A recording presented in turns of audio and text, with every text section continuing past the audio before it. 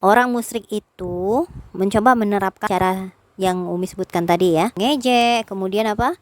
Menghina, menawarkan permintaan untuk mengikuti agamanya, kemudian melawan bahwa Al-Quran itu adalah dongeng-dongeng, menjelekkan ajaran apa yang diajarkan oleh Rasulullah. Nah ya, ternyata cara-cara itu hanya bertahan selama beberapa bulan saja, dan segera setelah itu orang kafir itu melakukan penyiksaan dan tekanan kepada orang-orang muslim. Tapi tak kala mereka tahu cara penyiksaan dan menekan itu tidak bisa menghentikan dakwah Islam, maka orang-orang kafir itu berkumpul kembali ya, lalu dibentuklah panitia khusus. Dikumpulkan orang-orang, dibentuk panitia khusus yang beranggotakan 25 orang yang terdiri dari para pemuka Quraisy, pembesar Quraisy ya. Itu pimpinannya adalah Abu Lahab. Nah, setelah bermusyawarah dan beradu argumentasi, panitia tadi telah siap untuk menghadapi Rasulullah dan para sahabat. Mereka tidak mengendorkan usahanya dalam memerangi Islam, mengganggu Rasulullah, menyiksa orang yang masuk Islam dan menghadang mereka dengan siasat dan berbagai cara. Lalu ya, keputusan ini dilakukan dan mereka sangat antusias. Mereka itu kalau untuk orang lemah mereka bisa, seperti budak kayak Bilal ya, itu mudah sekali ya mereka menghadapi. Tapi ketika menghadapi Rasulullah mereka kesulitan, karena Rasulullah itu cerdik, pemberani, tegar ya, pribadinya kuat. Maka para orang-orang Quraisy tadi, orang kafir Quraisy, musuh-musuh Islam itu ya, tunduk kepada Rasulullah, bahkan kepada para sahabat. Siapapun orang yang berhadapan dengan Nabi Muhammad, maka mereka itu pasti memuliakan dan hormat kepada beliau, kayak gitu. Iya. Nggak ada yang karena tahu kedudukan Nabi Muhammad itu dari keturunannya, kemudian dari kepribadiannya, sifat-sifatnya, memang Rasulullah itu pantas untuk dihormati, kayak gitu. Nah ya, apalagi dengan adanya pamannya Abu Thalib, jadi mereka itu masih menghormati juga Abu Thalib. Sementara Abu Thalib itu orang yang sangat diperhitungkan ya, diperhitungkan kedudukannya karena memiliki kehormatan tersendiri di suku Quraisy, dan tak seorang pun berani melanggar pelindungan Abu Thalib terhadap Nabi Muhammad. Kenapa tidak bisa? Ini karena dilindungi, kan pembesar. Abu Thalib itu orang yang terhormat di sana. Karena itu orang-orang Quraisy tadi mencoba untuk menyerang Nabi, dan komandannya adalah pamannya sendiri, Abu Lahab ya. Abu Lahab ini memang dari awal beliau menyampaikan dakwahnya, memang Abu Lahab itu memang tidak suka dengan Islam, kayak gitu.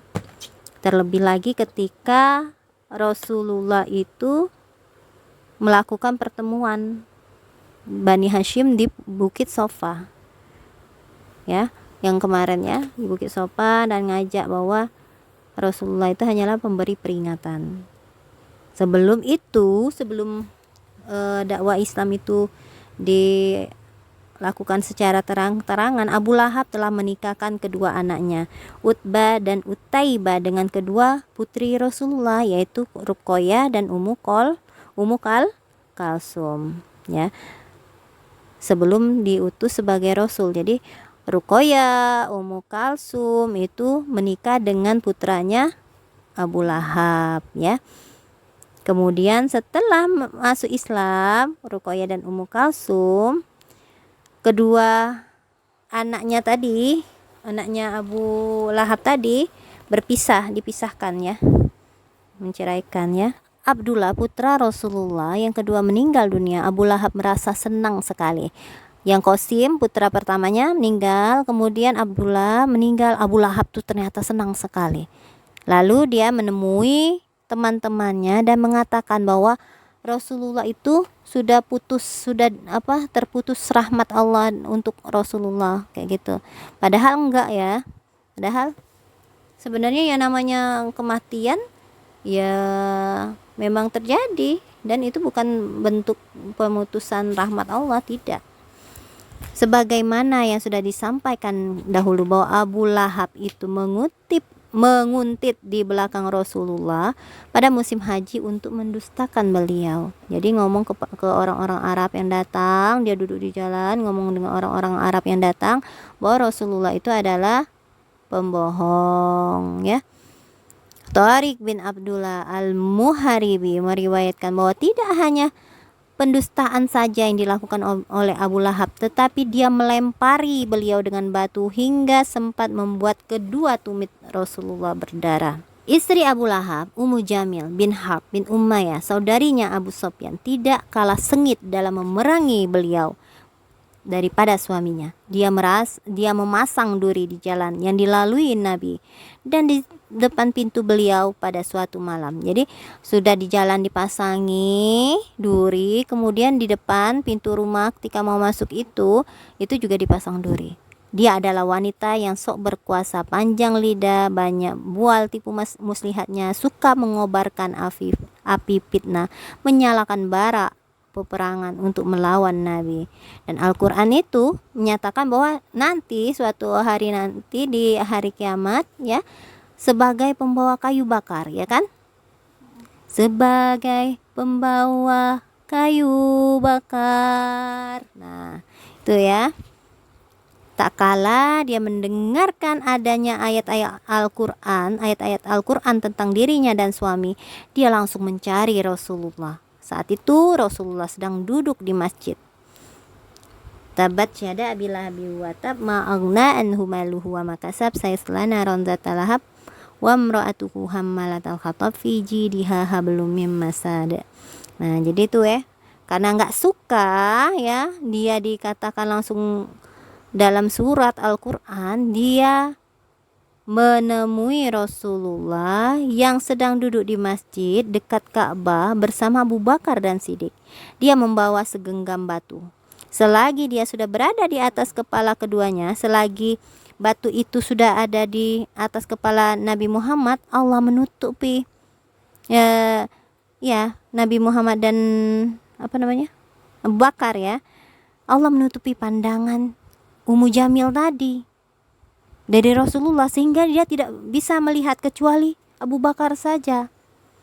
Jadi yang dilihatnya cuman Abu Bakar, padahal di sana ada Nabi Muhammad. Maka dia bertanya, "Wahai Abu Bakar, mana temanmu? Kudengar dia menyindirku. Demi Allah, andai kata aku melihatnya, tentu ku timpuk batu ini ke mulutnya. Demi Allah, aku adalah seorang penyair wanita." Kemudian dia berkata, melantunkan syair, "Kami mungkir sekalipun dia mencaci. Terhadap urusannya kami tidak sudi, terhadap agamanya kami membenci." Setelah itu Ummu Jamil tadi membalikkan badannya, sedangkan Abu Bakar berkata kepada Rasulullah, "Wahai Rasulullah, tidakkah engkau melihat?" Dan dia melihat engkau. Bingung Abu Bakar, kok nggak bisa lihat ya, kayak gitu ya. Rasulullah menjawab, dia tidak melihatku, hanya Allah telah menutupi pandangannya hingga tidak bisa memandangku. Tuh, jadi memang ditutup oleh Allah.